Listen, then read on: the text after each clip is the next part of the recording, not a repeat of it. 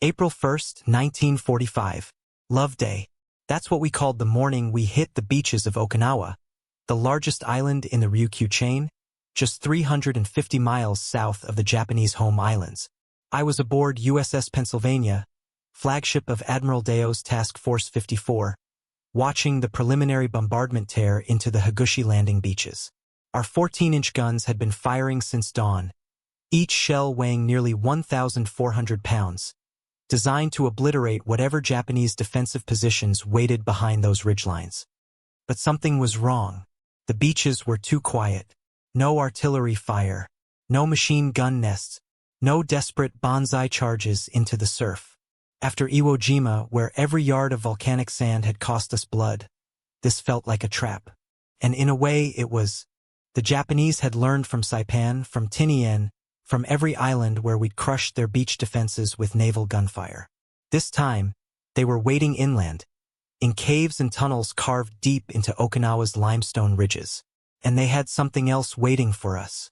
Something that would turn our naval supremacy into a nightmare of burning steel and drowning men. The first hint came on April 6th. I was standing on Pennsylvania's bridge when the radar operators started calling out contacts. 50 miles north, then 40, then 30. More aircraft than we'd ever seen in one formation, 355 planes, including 185 suicide aircraft of the Imperial Japanese Navy's Special Attack Corps. They called it Kikusui Floating Chrysanthemum. We called it something else entirely. The Kamikaze attacks began at 0600 hours. Not the scattered, desperate strikes we'd faced in the Philippines, but coordinated mass assaults designed to overwhelm our defenses through sheer numbers. The Japanese had studied our tactics, learned our patterns. They knew that our radar picket destroyers, positioned 50 to 80 miles from the main fleet, were the key to our defense network. Destroy the pickets, and hundreds of suicide planes could penetrate to the transport areas where our troops were still unloading. USS Bush was the first to die. Commander Roland Westholm had commanded that Fletcher-class destroyer through 2 years of Pacific warfare, from the Solomons to the Marshalls. His crew knew their business.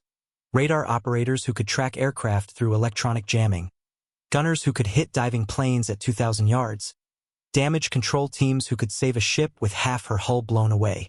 But at Radar Picket Station 1, 40 miles northwest of the landing beaches, they faced something unprecedented in naval warfare. The attack began at 1,515 hours. 3 Aichi D-3 Eval dive bombers approached Bush from different vectors, forcing Westholm to divide his anti-aircraft fire. The first kamikaze missed, splashing 20 yards off the starboard bow. The second struck amidships, its 250-kilogram bomb exploding deep in the destroyer's hull. Within minutes, Bush was dead in the water, her engine rooms flooded, fires raging from bow to stern. But the Japanese weren't finished. A third kamikaze, piloted by Petty Officer First Class Isao Matsuo, dove through Bush's defensive fire with his Zero fighter loaded with a 500-pound bomb. Matsuo had volunteered for the Takotai Special Attack Units 3 weeks earlier, writing his final letter home on cherry blossom stationery. "When you receive this letter," he wrote to his parents, "I will have given my life for the Emperor and the homeland. Please do not weep for me." Matsuo's Zero struck Bush's forward 5-inch gun mount at 1,547 hours. The explosion lifted the destroyer's bow out of the water, breaking her keel and sending fragments of steel and flesh across the bridge. Commander Westholm was killed instantly, along with 94 of his crew. Bush sank stern first 18 minutes later, her battle flag still flying as the Pacific closed over her radar mast. USS Colquhoun died next. The destroyer minesweeper was racing to assist Bush when 6 kamikaze aircraft found her. Lieutenant Commander George Wilson had time for exactly 1 radio transmission.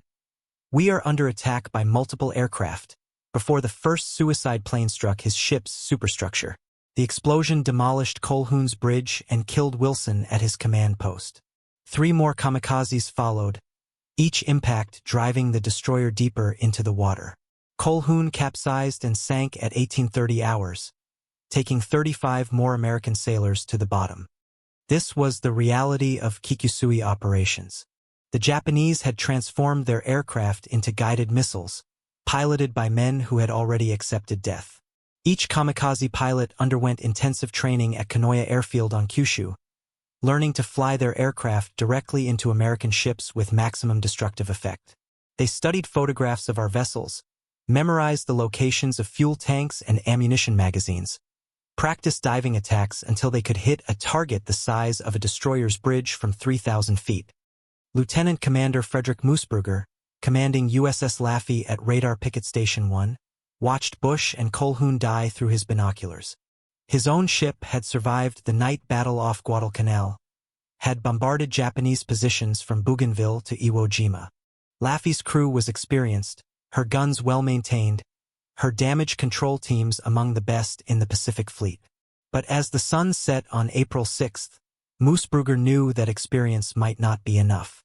The kamikaze attacks continued through the night, illuminated by star shells and the burning hulks of American destroyers.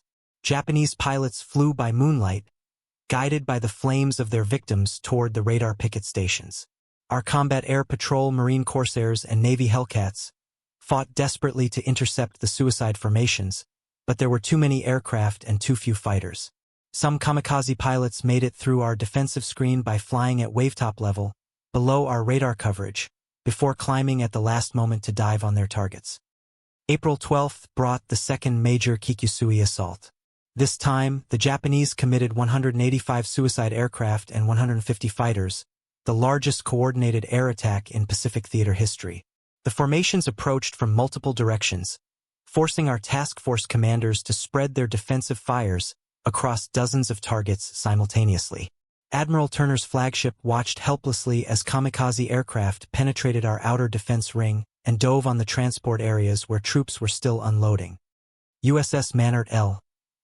Able, a destroyer escorting the transport groups, became the first American warship destroyed by a rocket-powered kamikaze. The weapon was called Oka Cherry Blossom, a piloted flying bomb carried beneath a Betty bomber and released near its target. Ensign Kazutoshi Nagano guided his Oka through Able's anti-aircraft fire at 500 miles per hour, a speed that made interception nearly impossible. The rocket bomb struck Able amidships at 1,445 hours, breaking the destroyer in half. She sank in less than 5 minutes, so quickly that many crew members were trapped below decks. The psychological impact of kamikaze attacks was as devastating as their physical destruction. American sailors had faced conventional air attacks for 3 years, learning to calculate the odds of survival based on aircraft performance and pilot skill. But suicide attacks changed those calculations fundamentally. When enemy pilots actively sought collision rather than avoiding it, when aircraft became weapons rather than delivery systems, the traditional defensive measures lost much of their effectiveness. Radar picket duty became a death sentence disguised as a tactical assignment.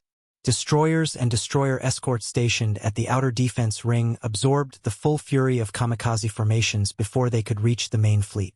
USS Hazelwood, USS Hyman, USS Howarth, one by one, the picket ships absorbed punishment that would have sunk larger vessels. Their crews displayed courage that redefined naval heroism, standing to their guns as suicide aircraft dove through increasingly heavy anti-aircraft fire. The third Kikusui operation began April 16th with 165 aircraft. USS Pringle, a Fletcher-class destroyer on Picket Station 14, fought off multiple attackers before a single kamikaze penetrated her defenses. The suicide plane struck Pringle's forward magazine, causing an explosion that lifted the destroyer's bow completely out of the water. She broke in half and sank within 6 minutes, taking 65 crew members with her. By late April, the pattern was clear. Every major Japanese air offensive focused on our radar picket stations, attempting to blind our defense network through sheer attrition. The Imperial Japanese Navy had committed its remaining trained pilots to suicide missions, calculating that the psychological impact of kamikaze attacks would force the American fleet to withdraw from Okinawan waters. They were wrong about our resolve, but they were devastatingly effective against our ships. USS Aaron Ward fought the war's most intense kamikaze battle on May 3rd. For 80 minutes, Commander William Sanders' destroyer faced continuous attacks by suicide aircraft at Radar Picket Station 10. Aaron Ward's gunners claimed 8 confirmed kills, but 6 kamikazes struck the ship in rapid succession. Each impact caused progressive damage, flooding in the forward fire room, fires in the ammunition handling spaces, loss of power to the gun mounts. Sanders refused to abandon ship, declaring over the ship's communication system, "I'll never abandon ship while guns can fire." The destroyer's 20mm gunners died strapped into their seats, firing until the last moment as kamikaze aircraft crashed around them. Seaman Thomas Wilson, age 18, was severely burned serving his gun, but returned to his position after receiving medical treatment. A bomb blast killed him there, still manning his weapon. Aaron Ward survived, barely, but at a cost of 45 killed and 49 wounded from a crew of 335. The human cost of Okinawa's naval campaign exceeded anything we had experienced in 3 years of Pacific warfare. By May 1st, 1 month into the operation, kamikaze attacks had sunk 36 ships and damaged 368 others. Personnel casualties reached 4,907 killed or missing and 4,824 wounded, figures that exceeded our combined naval losses from all previous Central Pacific operations. But the tactical innovations developed during the Okinawa campaign would influence naval warfare for decades. Radar picket stations, despite their terrible losses, proved indispensable for fleet defense against mass air attacks. The integration of combat air patrol with ship-based anti-aircraft systems reached new levels of effectiveness. Most importantly, the sustained naval gunfire support demonstrated the irreplaceable contribution of surface vessels to amphibious operations. USS New Mexico, a veteran battleship that had bombarded Japanese positions from Saipan to Iwo Jima, fired over 4,000 rounds of 14-inch ammunition at Okinawan targets during the campaign. Her gunfire supported the 10th Army's advance through the fortress city of Shuri, reducing ancient castle walls that had stood for centuries.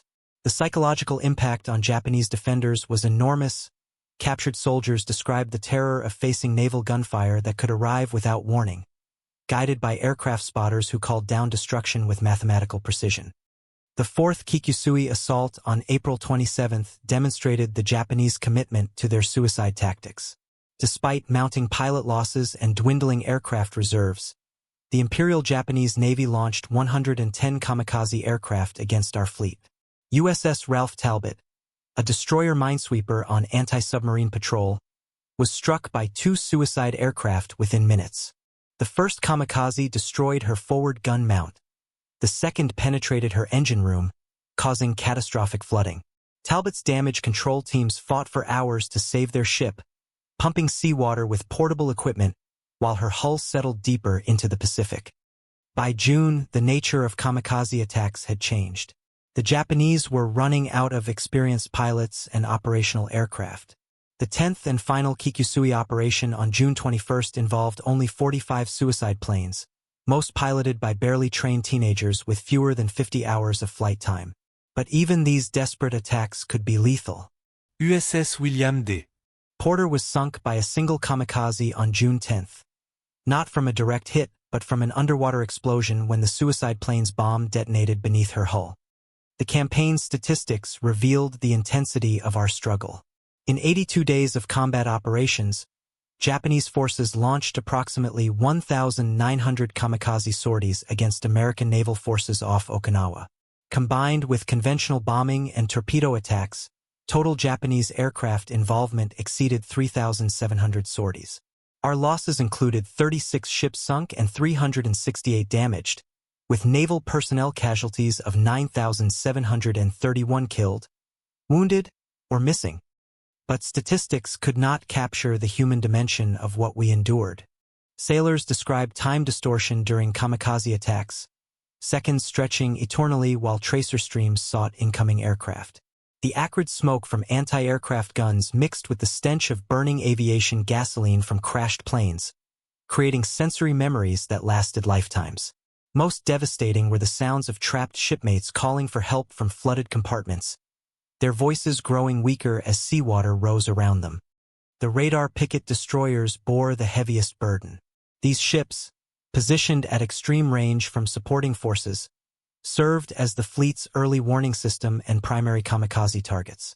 Their crews sustained courage under relentless attack that established new standards for naval heroism.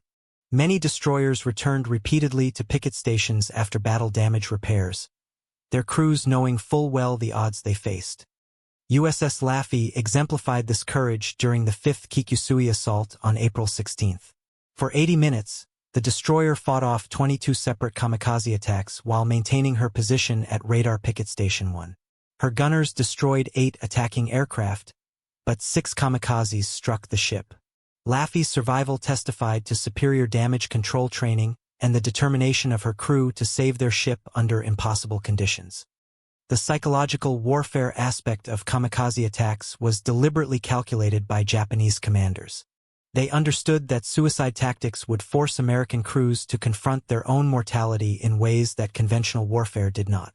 When enemy pilots actively sought to die in their attacks, when aircraft became guided missiles rather than gun platforms, the traditional relationship between risk and survival was fundamentally altered. Captain Frederick Moosberger, who commanded destroyer squadrons throughout the Okinawa campaign, later wrote, "The kamikaze represented the most psychologically challenging enemy we faced in the Pacific. Against conventional attacks, our crews could calculate odds and take comfort in superior training and equipment. Against suicide attacks, those calculations became irrelevant. Every kamikaze pilot was already dead in his own mind, which made him infinitely more dangerous than any conventional adversary." The integration of British naval forces provided crucial support during the campaign's most difficult phase.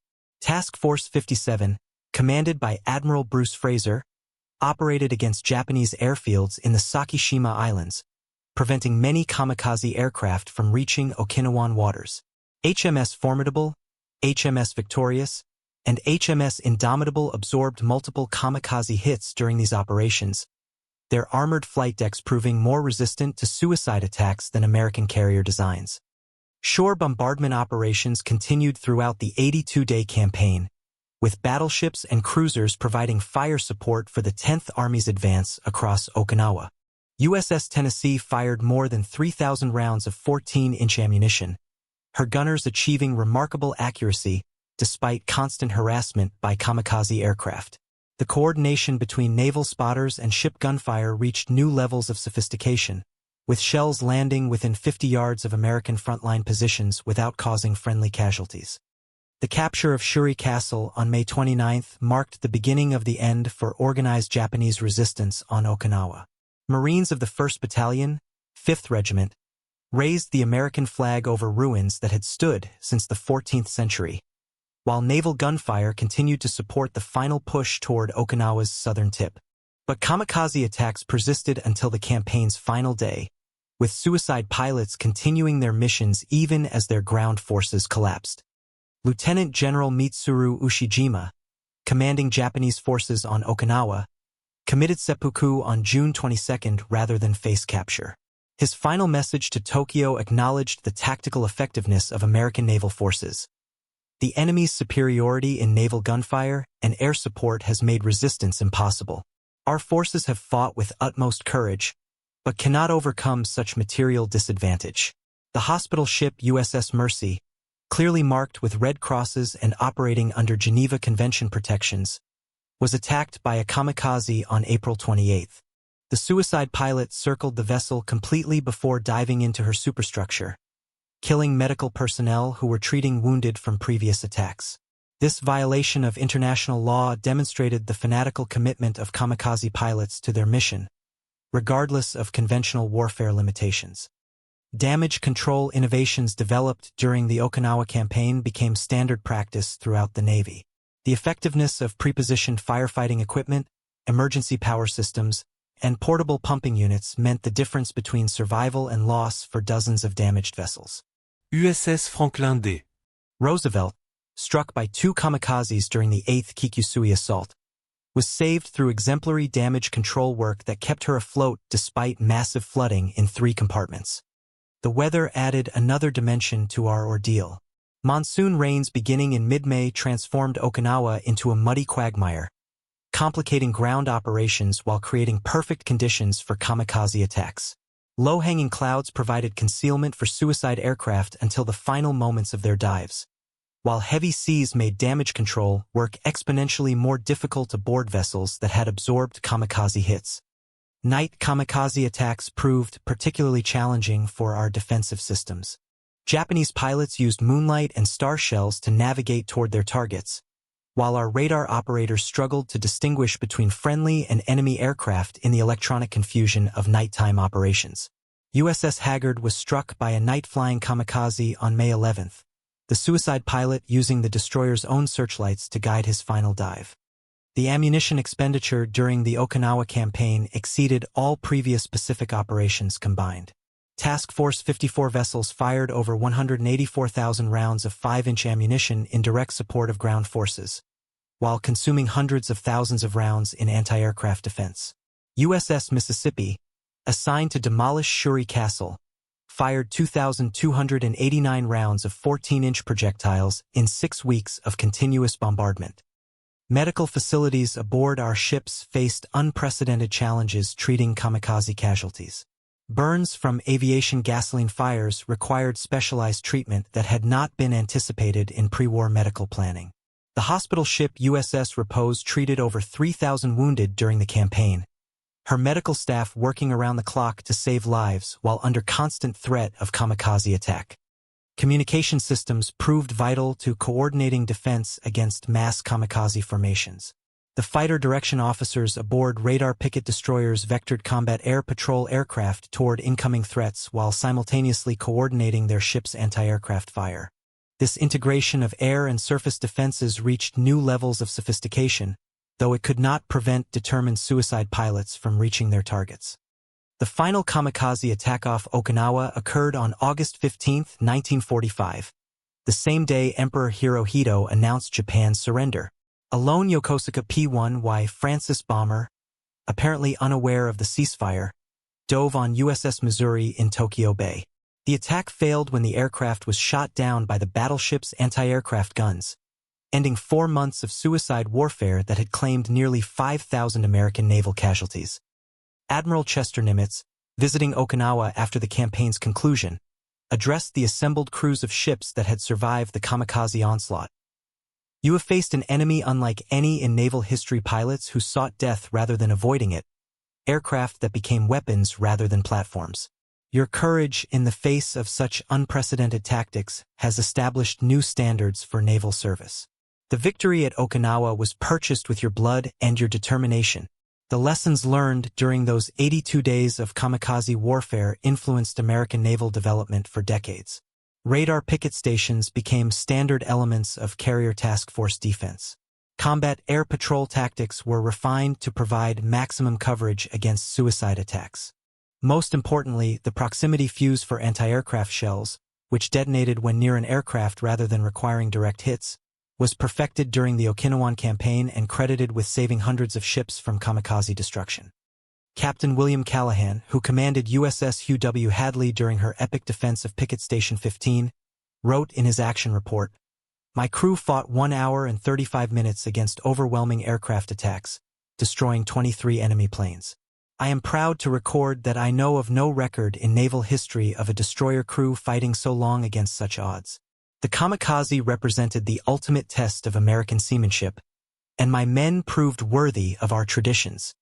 For those of us who survived the Okinawa campaign, the memory of those 82 days remains vivid 7 decades later. We learned that courage is not the absence of fear, but the determination to perform your duty despite terror that threatens to overwhelm your senses. We discovered that ships are not just steel and machinery, but communities of men willing to die for each other and for principles larger than themselves." The kamikaze attacks off Okinawa represented Japan's final attempt to achieve a negotiated peace through inflicting unacceptable casualties on American forces. In this, they failed completely, but they succeeded in demonstrating the lengths to which desperate men will go when fighting for causes they believe transcend their individual survival. For 1,900 kamikaze pilots, death became a weapon in itself, guided with human precision toward targets that represented everything they sought to destroy. The divine wind that was supposed to save Japan from invasion instead hastened the war's end. The casualties inflicted during the Okinawa campaign convinced American leaders that invasion of the Japanese home islands would cost hundreds of thousands of lives on both sides. The atomic bombs dropped on Hiroshima and Nagasaki were, in part, a response to the tactical effectiveness of kamikaze warfare demonstrated so dramatically in Okinawan waters. We who fought those 1,900 kamikaze attacks carry the memory of shipmates who died far from home, in waters that have long since healed over the scars of battle. Their sacrifice helped ensure that the invasion of Japan never became necessary, potentially saving millions of lives on both sides. The 82 days we fought off Okinawa proved that American naval power could absorb unprecedented punishment and still achieve victory, but at a cost that none of us who were there will ever forget.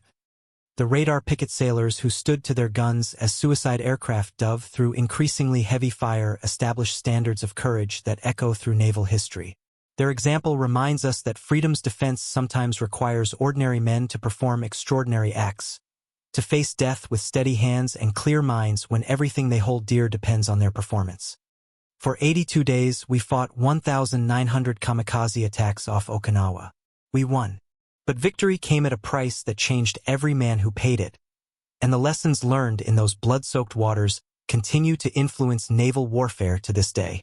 The divine wind ultimately failed in its mission, but it left an indelible mark on all who faced its fury and lived to remember the cost of victory in the Pacific War's final campaign.